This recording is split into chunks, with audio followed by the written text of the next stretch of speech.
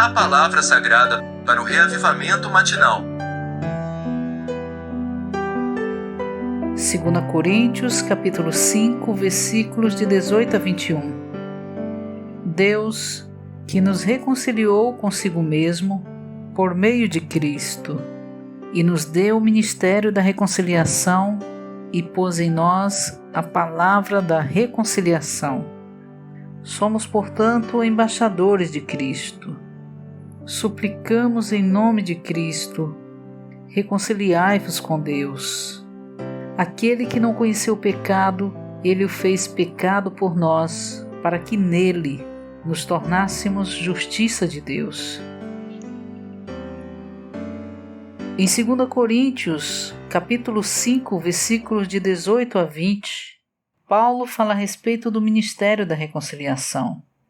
A palavra de Paulo no versículo 20 sobre ser reconciliado com Deus não é dirigida aos pecadores, mas aos crentes em Corinto. Esses crentes já tinham sido parcialmente reconciliados com Deus e não plenamente reconciliados.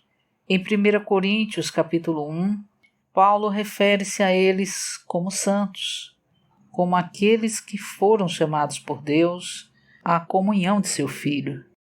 Portanto, eles certamente foram reconciliados com Deus até certo ponto. Leitura de hoje. Os crentes em Corinto, uma vez parcialmente reconciliados com Deus, ainda viviam na carne, no homem exterior.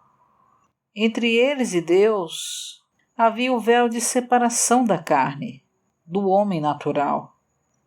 Esse véu corresponde ao véu no interior do tabernáculo, o véu que separava o lugar do Santo dos Santos e não ao véu à entrada do Santo Lugar. Os crentes coríntios podiam estar no Santo Lugar, mas não no Santo dos Santos, onde Deus está. Por isso, ainda não se sentiam reconciliados com Deus plenamente.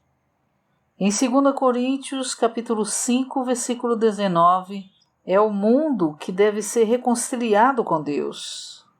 No versículo 20, são os crentes, os que já foram reconciliados com Deus, que devem ser reconciliados com Ele mais um pouco. E se indica claramente que há 2 passos para que as pessoas sejam totalmente reconciliadas com Deus. O primeiro passo é como pecadores ser reconciliados do pecado com Deus. Com esse objetivo, Cristo morreu pelos nossos pecados, para que fôssemos perdoados por Deus. Esse é o aspecto objetivo da morte de Cristo. Nesse aspecto, Ele os levou na cruz para que Deus os julgasse em Cristo por nós. O segundo passo é como crentes vivendo na vida natural, ser reconciliados com Deus a partir da carne. Para esse propósito, Cristo morreu por nós, as pessoas, para que vivamos para Ele na vida de ressurreição. Esse é o aspecto subjetivo da morte de Cristo. Nesse aspecto, Ele foi feito pecado por nós, para ser julgado e morto por Deus, a fim de que nele nos tornássemos a justiça de Deus. Pelos 2 aspectos de sua morte, Ele reconciliou totalmente com Deus os escolhidos de Deus. Esses 2 aspectos da reconciliação são claramente retratados pelos 2 véus do tabernáculo. O primeiro véu é chamado de reposteiro, Êxodo capítulo 26, versículo 36. Um pecador era conduzido a Deus por intermédio da reconciliação do sangue da expiação, para entrar no lugar santo, passando por esse reposteiro.